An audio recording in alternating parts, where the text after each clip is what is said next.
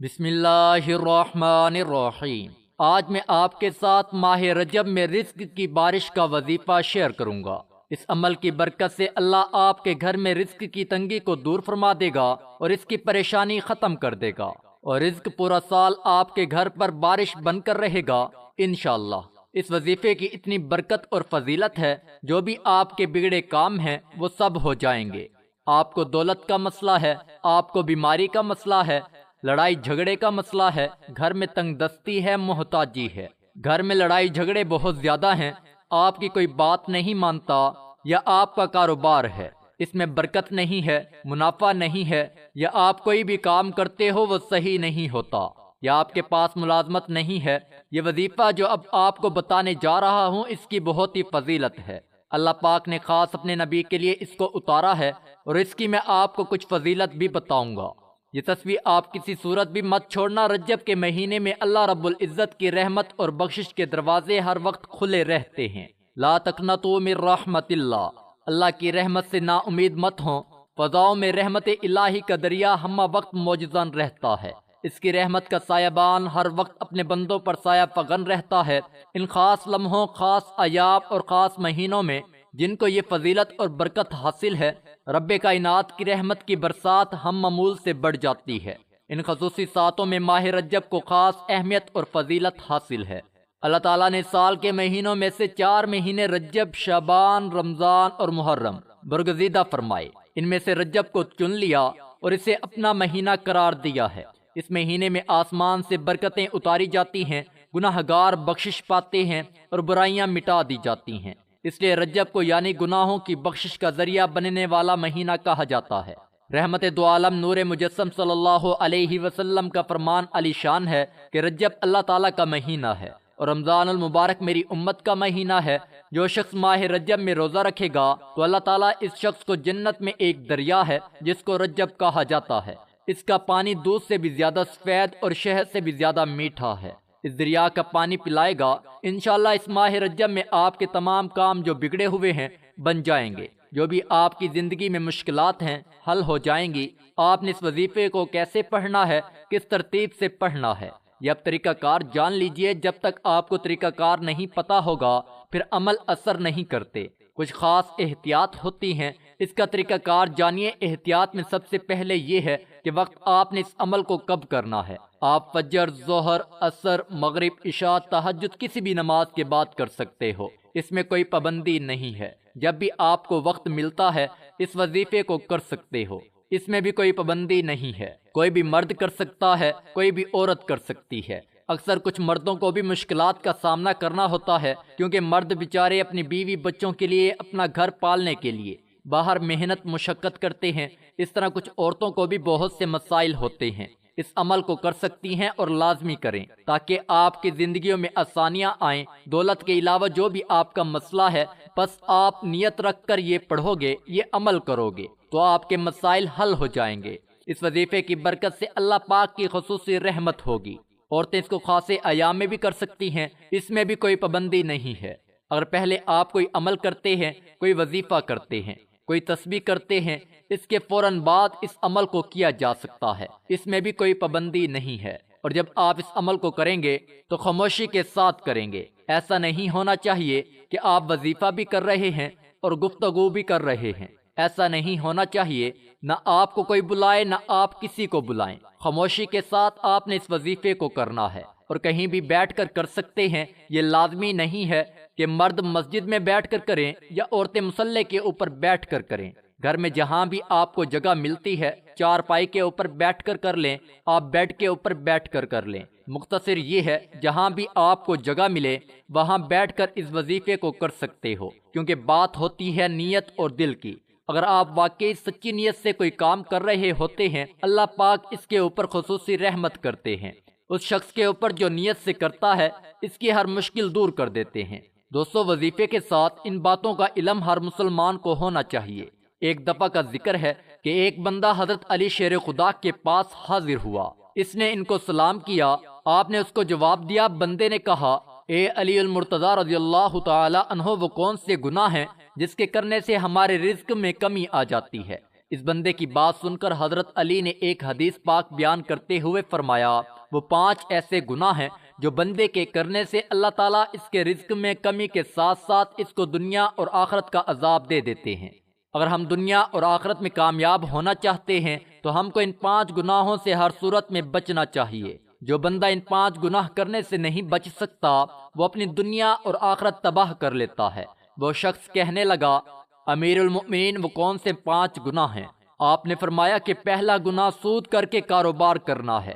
آپ رضی اللہ تعالی عنہ نے ٹھنڈی آہ بھری اور فرمایا کہ سود کا کاروبار کرنے والا اس دنیا میں بھی ذلیل و خوار ہوگا اور آخرت میں بھی اللہ کے انعام و کرام سے ہاتھ دھو بیٹھے گا اور اس کا ٹھکانہ جہنم ہی ہے۔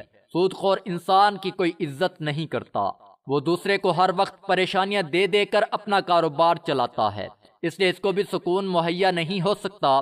سود خور کی جب موت ہوگی، اس کو قبر میں دفن کیا جائے گا تو بچھو سانپ اس کا چہرہ نوچ ڈالیں گے اور اس کی شکل اور صورت تبدیل کر دی جائے گی۔ حضرت علی رضی اللہ تعالی عنہ نے ایک سود خور کی بات بتاتے ہوئے فرمایا کہ ایک سود کا کاروبار کرنے والا کسی جگہ سے گر کر مر گیا اور اس کے گھر والے بہت غم زدہ ہوئے۔ ایک رات بیٹے نے اپنے باپ کو خواب میں دیکھا۔ بیٹے نے اپنے والد سے پوچھا، بابا تیرے ساتھ کیا ہوا؟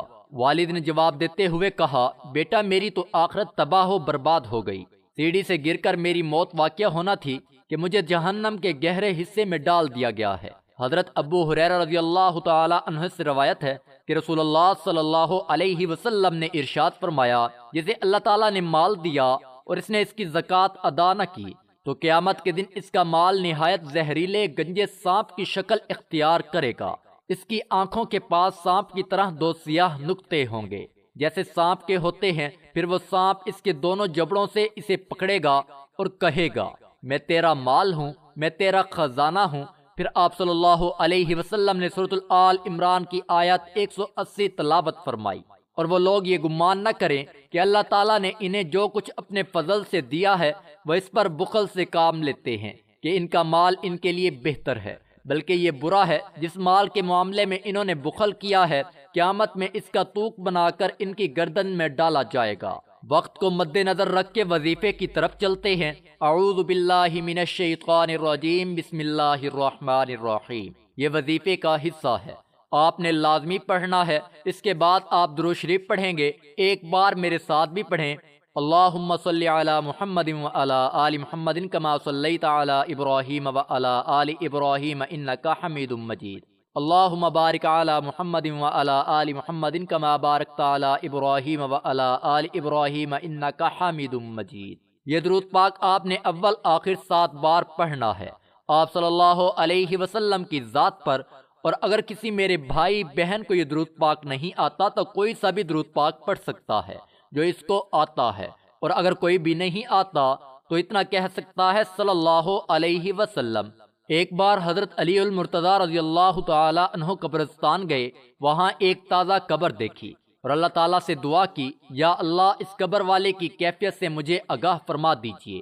اللہ تعالیٰ نے درمیان سے حجاب دور کر دیے۔ یہ عمل جائز ہے کہ اللہ تعالیٰ اپنے کسی بندے پر احوال قبر ظاہر فرما دے۔ فوت شدہ نے حضرت علی رضی اللہ تعالی عنہ کو پہچان لیا اور عرض گزار ہوا، میں آگ میں غرق جل رہا ہوں، آپ اس کا یہ حال دیکھ کر بے قرار ہو کر آنکھوں میں آنسو بھر لائے اور دعا کی، الہی اسے مغفرت عطا فرما۔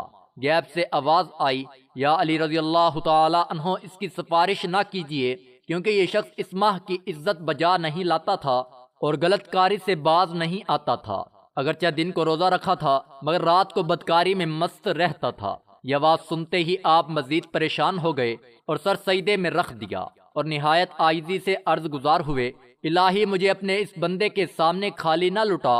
اللہ تعالیٰ نے آپ کی دعا کو بازیابی کا شرف عطا فرمایا اور آواز آئی، ہم نے آپ کی اس زاری کے پیش نظر اس کی جملہ خطائیں معاف فرما دی ہیں۔ تو آپ نے کیا کرنا ہے کہ جب بھی یہ عمل کرنا ہے، اگر آپ باوضو ہیں تو اس سے اچھی کوئی بات نہیں۔ جب آپ نماز ادا کر لیں تو نماز ادا کرنے کے بعد آپ نے جب جائے نماز سے کھڑے ہونا ہے، آپ نے چلتے پھرتے یہ عمل شروع کر دینا ہے، اور ایک دن میں صبح سے شام تک آپ سے جتنا ہو سکے آپ نے پڑھنا ہے۔ اس کی کوئی تعداد متعین نہیں ہے، آپ صبح سے شام تک جب آپ کو ذہن میں آئے، جب یاد آئے آپ اس کو پڑھتے رہیں، لگاتار پڑھتے رہیں۔ پڑھنا کیا ہے؟ آپ نے پڑھنا ہے بسم اللہ الرحمن الرحیم، یا اللہ یا وہاب یا رزاق۔ تو سامنے میں نے یہ اسکرین پر یہ لکھ بھی دیا ہے، یہ آپ نے لگاتار پڑھنا ہے، یا اللہ یا وہاب یا رزاق۔ اور جب بھی آپ نے یہ شروع کرنا ہے، اس کے اول اور آخر میں 11 مرتبہ درود پاک پڑھ لینا ہے۔ اور میں نے آپ کو جیسے کہ پہلے بھی بتایا ہے کہ اس کی کوئی خاص حد نہیں ہے، جتنا ہو سکے پڑھنا ہے۔ صبح سے شام تک جس قدر ہو سکے تسبیح اپنے ہاتھ میں پڑھ لیں، اور کوشش کریں کہ زیادہ سے زیادہ اس اسم کو پڑھتے رہیں۔ دوسرا وظیفہ سورۃ الکوثر کا ہے۔ ماہ رجب میں چلتے پھرتے سورۃ الکوثر پڑھنی ہے۔ انا اعطیناک الکوثر فصل لربک وانحر ان شانئک ھو الابتر۔ انا اعطیناک الکوثر کی تفسیر: انا اعطیناک الکوثر، الکوثر کثرت سے فعول کا وزن ہے جو مبالغے کا معنی دے رہا ہے، بے انتہا کثرت۔ یعنی دشمن تو یہ سمجھ رہے ہیں کہ آپ کے پاس کچھ نہیں، مگر حقیقت یہ ہے کہ ہم نے آپ کو بے انتہا دیا ہے۔ الکوثر میں وہ ساری خیر کثیر شامل ہے جو اللہ تعالیٰ نے آپ کو عطا فرمائی، مثلا اسلام، نبوت، الخاق حسنہ، بہترین تابعدار امت، جنت اور دوسری نعمتیں جو شمار نہیں ہو سکتی۔ لغت کے لحاظ سے الکوثر کا معنی یہی ہے۔ البتہ بہت سی صحیح احادیث میں آیا ہے کہ رسول اللہ صلی اللہ علیہ وسلم نے فرمایا کہ کوثر جنت میں ایک نہر ہے جو اللہ نے مجھے عطا فرمائی ہے۔ اسی طرح اللہ تعالیٰ روز محشر میں آپ صلی اللہ علیہ وسلم کو جو حوض عطا کرے گا، اس کا نام بھی آپ صلی اللہ علیہ وسلم نے کوثر بتایا۔ اس لحاظ سے یہ تفسیر مقدم ہے، مگر ترجیح کی ضرورت تب ہے جب دونوں تفسیروں میں تعارض ہو، جو یہاں ہے ہی نہیں۔ چنانچہ صحیح بخاری میں ہے کہ سعید بن جبیر رحمۃ اللہ علیہ نے ابن عباس رضی اللہ تعالی عنہ سے روایت کی، کہا انہوں نے الکوثر کے متعلق فرمایا، اس سے مراد وہ خیر ہے جو اللہ نے آپ صلی اللہ علیہ وسلم کو عطا فرمائی۔ راوی کہتے ہیں کہ میں نے سعید بن جبیر رحمۃ اللہ علیہ سے پوچھا کہ لوگ کہتے ہیں کہ وہ جنت میں ایک نہر ہے، تو سعید رحمۃ اللہ علیہ نے کہا جنت میں جو نہر ہے وہ بھی اس خیر میں شامل ہے جو اللہ تعالیٰ نے آپ کو عطا فرمائی۔ انا اعطیناک الکوثر فصل لربک وانحر کی تفسیر، یعنی اتنے بڑے انعام و احسان کا شکر بھی بہت بڑا ہونا چاہیے۔ تو چاہیے کہ آپ اپنی روح، بدن اور مال سے برابر اپنے رب کی عبادت میں لگے رہیں۔ بدنی اور روحی عبادات میں سب سے بڑی چیز نماز ہے، اور مالی عبادات میں قربانی ایک ممتاز حیثیت رکھتی ہے، کیونکہ قربانی کی اصل حقیقت جان کا قربان کرنا ہے۔ جانور کی قربانی کو بعض حکمتوں اور مصلحتوں کی بنا پر اس کے قائم مقام کر دیا گیا، جیسا کہ حضرت ابراہیم و اسماعیل علیہ السلام کے قصہ سے ظاہر ہے۔ اس لیے قرآن میں دوسری جگہ بھی نماز اور قربانی کا ذکر ساتھ ساتھ کیا ہے۔ بعض روایات میں ونہر کے معنی سینہ پر ہاتھ باندھنے کے آئے ہیں، مگر ابن کثیر نے ان روایات میں کلام کیا ہے اور ترجیح اس قول کو دی ہے کہ نہر کے معنی قربان کرنے کے ہیں۔ گویا اس میں مشرکین پر تعریض ہوئی کہ وہ نماز اور قربانی بتوں کے لیے کرتے تھے۔ مسلمانوں کو یہ کام خالص خدائے واحد کے لیے کرنے چاہیے۔ ان شانئک ھو الابتر کی تفسیر: شانیہ بعض وعدات رکھنے والے دشمن کو کہتے ہیں۔ اب تر بتر سے ہے، یعنی کسی چیز کو کاٹ دینا، منقطع کر دینا۔ اہل عرب دم کٹے جانور کو ابتر کہتے ہیں۔ عرف عام میں اس سے ایسا آدمی مراد لیا جاتا ہے جس کی نرینہ اولاد نہ ہو اور جس کی نسل آگے چلنے کا کوئی امکان نہ ہو۔ یہ لفظ مشرکین مکہ نے نعوذ باللہ حضور صلی اللہ علیہ وسلم کے لیے استعمال کیا تھا، جس کا جواب اس آیات میں دیا گیا ہے۔ حضرت خدیجۃ الکبریٰ رضی اللہ تعالی عنہا کے بطن سے حضور صلی اللہ علیہ وسلم کی یہ اولاد پیدا ہوئی۔ قاسم، پھر زینب، پھر عبداللہ، پھر ام کلثوم، پھر فاطمہ، پھر رقیہ رضی اللہ تعالی عنہا اجمعین۔ پہلے قاسم کا انتقال ہوا، پھر عبداللہ جن کا لقب طیب و طاہر ہے داغے مفارقت دے گئے۔ اس پر مشرکین نے خوشیاں منائیں کہ آپ صلی اللہ علیہ وسلم کے دونوں فرزند فوت ہو گئے ہیں اور باقی اولاد میں آپ صلی اللہ علیہ وسلم کی بیٹیاں ہی بیٹیاں ہیں، لہٰذا آپ صلی اللہ علیہ وسلم جو کچھ بھی ہیں بس اپنی زندگی تک ہی ہیں۔ آپ صلی اللہ علیہ وسلم کے بعد نہ تو آپ صلی اللہ علیہ وسلم کی نسل آگے چلے گی اور نہ ہی کوئی آپ صلی اللہ علیہ وسلم کا نام لیوا ہوگا۔ اس پس منظر میں یہاں ان لوگوں کو سنانے کے لیے فرمایا جا رہا ہے کہ اے نبی صلی اللہ علیہ وسلم، آپ کا نام اور ذکر تو ہم بلند کریں گے، جس کی وجہ سے آپ کے نام لیوا تو اربوں کی تعداد میں ہوں گے، البتہ آپ کے یہ دشمن واقعی ابتر ہوں گے جن کا کوئی نام لیوا نہیں ہوگا۔